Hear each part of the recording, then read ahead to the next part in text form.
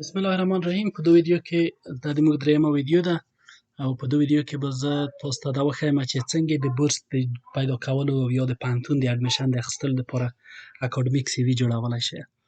اکاډمیک سی وي یا خلاصه سوانح ډیره مهمه ده. د دو څه نه څه تفاوتونه لري د عادي سی وي سره. نو زه به تاسو ته دا په مشخص ډول وښیم او لږ عملي کار به پرې وکړو. نو راشئ دا په یاد وي چې اکاډمیک سی وي تقریبا 10 برخې لري. ما په سیکشنو باندې ویشلي دي چې دا تاسو په سی وي کې مه ورکوئ، دا ډیلیټولی شئ. زه تاسو ته تنها د دې په خاطر چې په یاد مو وي. صحیح شو. نوم او تخلص په ورکړئ. په خارج کې هر نفر باید تخلص ولري. بې تخلصه هیڅوک هم نشي تللی. نو نوم مثلا د دو نفر احمد دی، تخلص یې جمالي دی.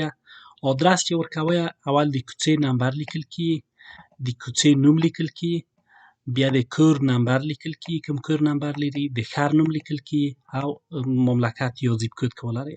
خو ایمیل به لیکئ. ایمیل باید مشخص د سټنډرډ ایمیل لیکلو شرط دا دی چې باید تخلص او هغه فرست نیم یې یو بل سره یو رقم وي. مثلا لیکئ چې احمد ټکی جمالي، احمد جمالي چې ولیکو @gmail. داسې مه ورکوئ چې مثلا د نفر نوم احمد جمالي دی، تاسو ایمیل ورته جوړ کړی وي چې افغانستان 222@gmail.com. هغه غیر مسلکي یا ان پروفیشنل ایمیل دی. نو هغه رقم ایمیل تاسو هیڅ وخت هم مه جوړوئ. یو د تلیفون نمبر هم ورکړئ، تلیفون هم باید فعال وي. مثلا دا نفر چې دی په سمري کې د دغه پروفایل سمري چې ورته نوشته کوئ، فکر وکړئ دا نفر د زراعت د تعلیماتو متخصص دی. نو ما ورته لیکلي دي چې agriculture education specialist with masters in agriculture higher education. He has 10 years experience. He has 10 years experience in extension and capacity building of farmers and agriculture educator. دا یو مختصره خلاصه ده. تاسو په همدغه رقم خپل مسلک کې په انجینرۍ کې، په طبابت کې یا په هر شي کې چې غواړئ تاسو خپله یو خلاصه ولیکئ. دومه برخه چې ده چې مهمه برخه ده په اکاډمیک سی وي کې تاسو خپل تحصیل ولیکئ. د تحصیل لپاره باید تاسو سټارټ ډیټ ولیکئ، اینډ ډیټ او د پوهنتون نوم ولیکئ. سټارټ ډیټ چې کله تاسو لیکئ کوشش وکړئ چې د میاشتې نوم، مثلا په افغانستان کې اکثریت پوهنتونونه په مارچ کې شروع کیږي.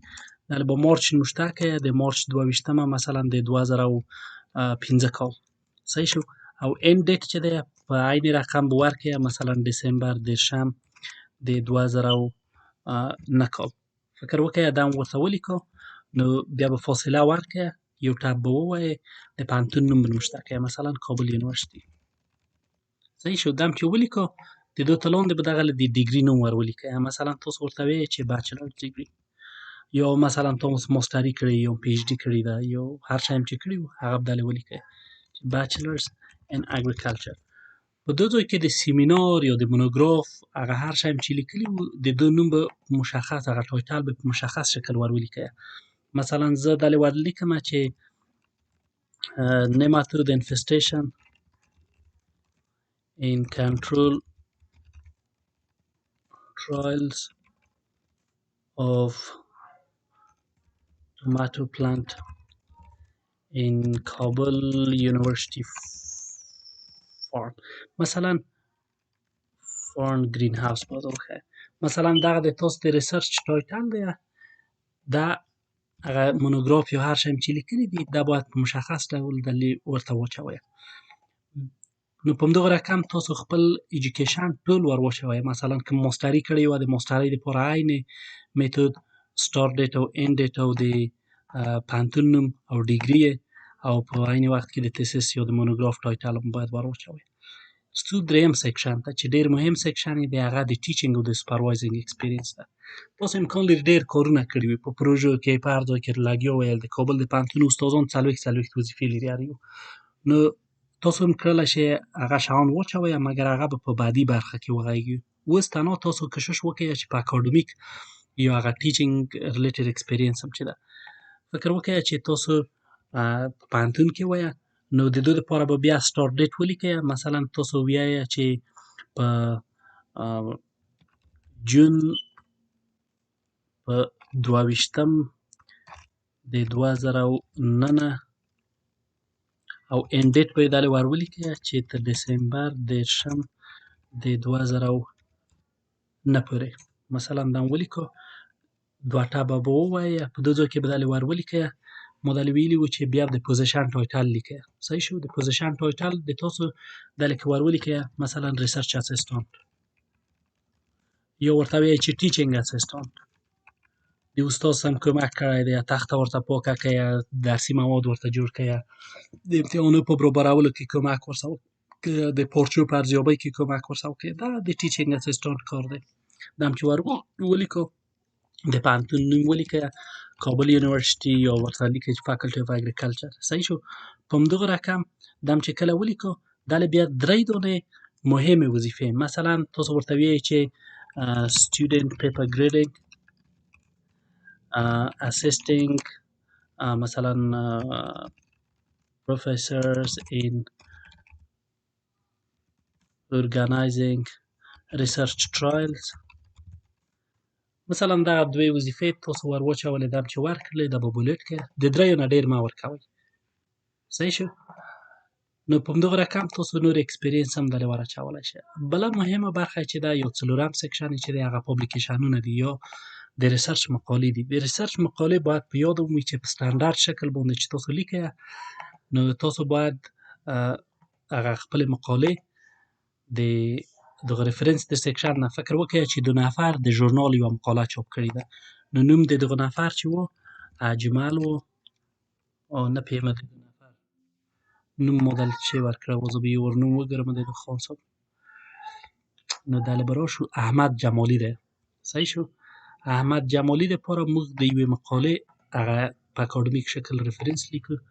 نو دلې به ورکړو جمالي احمد، دا هم چې ووایو، دا به انټر کړو. اوکې. وروسته یې د مقالې ټایټل به ورکړو، مثلا د اګریکلچر ایجوکیشن ان افغانستان. کوشش وکړئ چې مقاله هر شی چې وو، هر رشتې ته هم چې اپلای کړو د هغو مطابق وي. که چیرې تاسو مثلا اپلای کړئ زراعتي اقتصاد ته، او تاسو مقاله لیکلې وي په طبابت باندې، دا هیڅ ربط نرسره لري، نو د هغو نه بیخي مه ور اچوئ. یا مثلا تاسو غواړئ چې طبابت کې اپلای وکړئ او مقاله ور واچوئ د منابع بشري د مدیریت، یا مثلا ور واچوئ چې په زراعت وزارت کې کار کړی. متاسفانه ډاکټر صاحبان چې کله فارغ شي په وزارت زراعت کې هلې رئیسان یا مدیران، نو دغه هیڅ ربط نرسره لري. کوشش وکړئ چې خپل دغه مسلک مطابق هغه مقالې ور واچوئ.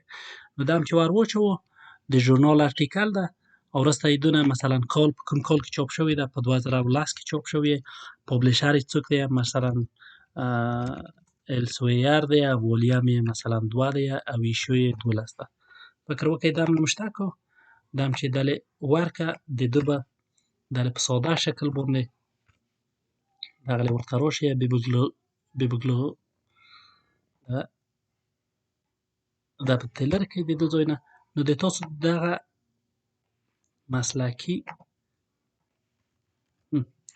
نو په دو رقم باندې تاسو 3 4 5 هر څومره مقالې چې لیکلې وي، البته مربوط مقالې، داسې نه چې خلاف د مسلک وي، لکه مثالونه مې چې درکړل. نو د نفر هغه نوم به ورته لیکل کېږي. د دو په خاطر دا ما د کوسټه هغه د ریفرنس لیکلو میتود استفاده کړی. تاسو کړلی شئ د ای پی ای کړئ، تاسو کړلی شئ د نور میتودونه استفاده کړئ. نو د هغو مطابق تاسو دا ورته تغییرولی شئ. صحیح شو. را به شو 5مې برخې ته. په 5مه برخه کې تاسو د ریسرچ مهارتونه ور اچوئ. هر وخت چې تاسو اکاډمیک پوستو ته اپلای کړئ، مثلا ماسترۍ ته، ډاکټرا ته اپلای کړئ، د تاسو نه د استاد تقاضا دا وي چې تاسو باید ځینې مهارتونه تیار ولرئ. مثلا د ریسرچ مهارتونه چې دي، تاسو فکر وکړئ چې ټاکینګ د ریسرچ په وخت کې تاسو د ډېر غږېدو سره فکر وکړئ په زراعت کې کار کوئ. د دغه نفر لپاره چې ما مثال اچولی، د دغه نفر مسلک تدریس دی، د زراعت د مامورین دپاره درس ورکوي، د زراعت معلمان دپاره درس ورکوي. نو د دو نفر ډېر غږېدو ته ضرورت دی. دا یو مهارت دی. بل انټرپریټینګ ډیټا، دا یې بل ډېر مهم سکیل دی. د دو په خاطر باید د ارقام او یا معلومات ارزیابي باید وکړلی شي. نو دا یې بل مهم. بل کوالټیټیو انټرویو ده. انټرویوګانې چې دي رقم کېږي. په کوالټیټیو انټرویو کې ته د خلکو نه پوښتنه کوې، کیفي معلومات پوښتنه ترې کوې، اوپن اینډډ کوېسچنونه وي، دوه نه لري، هغه مشخص 2209 نه وي، تاسو ته تفصیل درکولی شي. مثلا یو دهقان ته وایي چې د تو تجربه د غنمو د کرلو په باره کې څه ده، دهقان ته یوه صفحه لیکچر درکوي. نو د دغه رقم انټرویوګانو جوړول، د انټرویو د معلوماتو ټولول، بیا فکر وکړه دا زده دي. بل سافټویرونه دي د ریسرچ لپاره باید د تاسو یو تعداد د ریاضي یا د احصایې سافټویرونه زده وي، لکه اسپیس اس دی، ایکس جی پی دی، پی اس اس 2 دی، مطلب دی، مینیټاب دی. نور امکان لري چې ډېر سافټویرونه وي چې د ما نمونه نه دي زده، مثلا آر دی، فایتان دی، یا مثلا نور د پروګرامینګ هغه دی سافټویر دی. د تاسو چې دا کوم یو چې څومره ډېر هم زده وي، دا د تاسو ته کومک کړلی شي چې تاسو هغه استاد متاثره کړلی شي او تاسو قبول کړو. مثلا ماتماتیکل ماډلینګ د زراعتي و د ریاضي ماډلو جوړول دي. د هر مسلک لپاره د ریاضي ماډلونه په کار کېږي، که سیاست وښیي، طبابت وښیي، انجینري، زراعت، هر شی چې وښیي باید د تاسو څه نه څه زده وي. بل د ساینټیفیک تیوري اپلیکیشن او د کوالټیټیو ډیټا ده. تاسو باید د څه ناڅه دغه ساینسي تیوري د تحقیق درته معلومه وي چې څنګه د تاسو کړلی شي د تحقیق او په ډیټا ټولولو او د ډیټا په تنظیم کې استفاده کوي. مثلا دغه رقم د ریسرچ د سکیلو مهارتونه باید خپل ور واچوئ، یو 4-5 دانې. په شپږمه برخه کې تاسو خپل کانفرانسونه او پریزنټیشنونه ذکر کوئ. مثلا ما یې د مثال اچولی دی چې نېشنل فود سکیورټي ریویو کانفرانس، فکر وکړئ په کابل کې یو کانفرانس نیول شوی دی په 2022 کال کې د جنوري په اول نه تر 2 پورې د زراعت په وزارت کې د غذایي امنیت په باره کې. په دې کې تاسو اشتراک کړی او پریزنټیشن هم کې ورکړی. مثلا بل وښیه چې تاسو تللي یو ولایت ته، هلې د زراعت د استادانو لپاره تاسو مثلا یو مشخص پریزنټیشن ورکړی دی. دا ټول لیست کې د اکاډمیک اچیومنټونه دي. بل په اومه کټګورۍ کې د تاسو هغه دي جایزې دي چې تاسو کومې جایزې اخیستې دي. په جایزو کې تاسو کوشش وکړئ چې اکاډمیک جایزې، مثلا تاسو داسې شی مه ور اچوئ چې په هغه کې تاسو هلته ما مخکې د طب او د زراعت مثال درکړو چې تاسو مثلا طب هم ویلی دی او جایزه هم اخیستې ده د وزارت زراعت د چرګانو په توزیع کولو کې. دا هیڅ ربط نرسه لري. صحیح شو؟ که طبابت ته اپلای کې نو د طبابت مربوط جایزه ور واچوه یا اواردونه ور واچوه. او یو مثلا که په زراعت کې وي ته داسې نشي کړلی چې ته اپلای کې د زراعت لپاره او په هغه ځای کې ور واچوې چې ته د ترجمانۍ ډېر ښه اوارد اخیستی دی. دا هیڅ ربط نرسه لري. نو کوشش وکړئ چې اوواردونه، ما دلې مثال ورکړی دی چې بیسټ پوسټر اوارد ان اګریکلچر ایجوکیشن، مثلا پوسټرونه جوړي، تا یو پوسټر جوړ کړی دی ښه اوارد کې اخیستی دی، د افغانستان په سطحه، د هند په سطحه یا د آسیا په سطحه باندې. دا یې بله نمونه. بل 8م سیکشن یې چې دی هغه پروفیشنل اسوسییشن دی، مسلکي انجمنونه. که چیرې تاسو په غربي دنیا کې ژوند وکړئ، دغه یو ریکوایرمنټ دا دی چې تاسو باید ټول معلومات هم ډېر اپډیټ وي. نو هغه اپډیټ تاسو د کومه ځای ترلاسه کولی شئ؟ د ژورنالونه، د انجمنونه، د پوهنتونونه، د اخبارونه. یو ښه لارې دا ده چې تاسو د مسلکي انجمنو عضویت ولرئ. مثلا دا نفر د دو په خاطر چې ما وویل چې دا استاد دی، نو د استادۍ لپاره د 2 نفر ضرورت دی چې هغه د هارټیکلچر د اسوسییشن عضو وي. نو د تاسو د دو ورته نور نمونې اخیستلی شئ. مثلا په امریکا کې د نماتولوژۍ ګوښې انجمن دی، د زراعت د متخصصینو ګوښې انجمن دی، مثلا د محیط زیست ګوښې انجمن دی.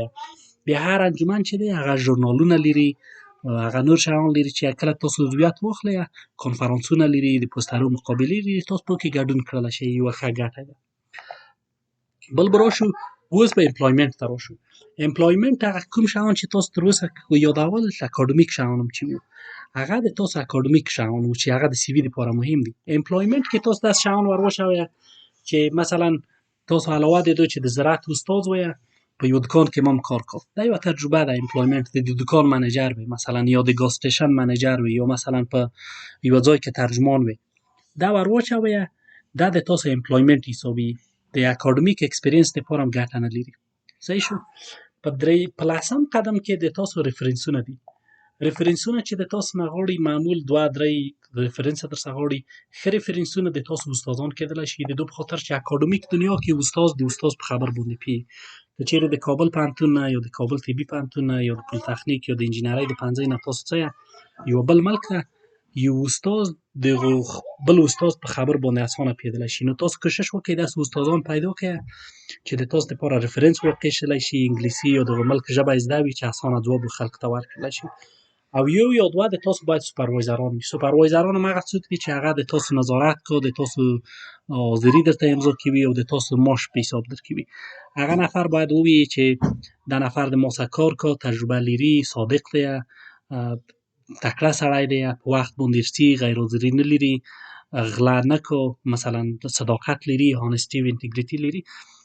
نو دغه د سی وي مهمې لس برخې دي چې کله تاسو اکاډمیک سی وي جوړوئ په دو رقم باندې تاسو جوړولی شئ. که چیرې د تاسو ضرورت وي چې خپله سی وي جوړه کړئ او بیا غواړئ چې یو څوک یې درته ریویو کړي، زه یې تاسو په خدمت کې یم. زه کولی شم د تاسو سی ویانې ریویو کړم، سی وي هم درته وګورم، د انګلیسي د لحاظه، د سټرکچر د لحاظه په اکاډمیک شکل باندې درته ریویو کوم. البته جوړه باید تاسو خپله کړئ، د دې په خاطر زه نه ډېر وخت لرم او نه د تاسو معلومات شته ما سره.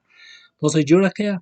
که چیرې ریویو ته ضرورت و یا تغییر او دغه املایي او انشایي مشخصات یې که ضرورت و، په هغو کې زه مرسته درسره کړلی شم. زه په خدمت کې یم. هر وخت هم که اپلای کو دو کې تاسو اپلای وکړئ. څلورمه ویډیو کې به موږ په پرسنل سټیټمنټ باندې وغږیږو، د پرسنل سټیټمنټ په لیکلو باندې، او په هغو کې به په تفصیل شکل باندې وغږیږو چې څنګه تاسو کولای شئ پرسنل سټیټمنټ ولیکئ. ښه چانس د سی وي د لیکلو سره، او په دې هیله چې تاسو ښې اکاډمیک سی ویانې ځان ته جوړې کړئ.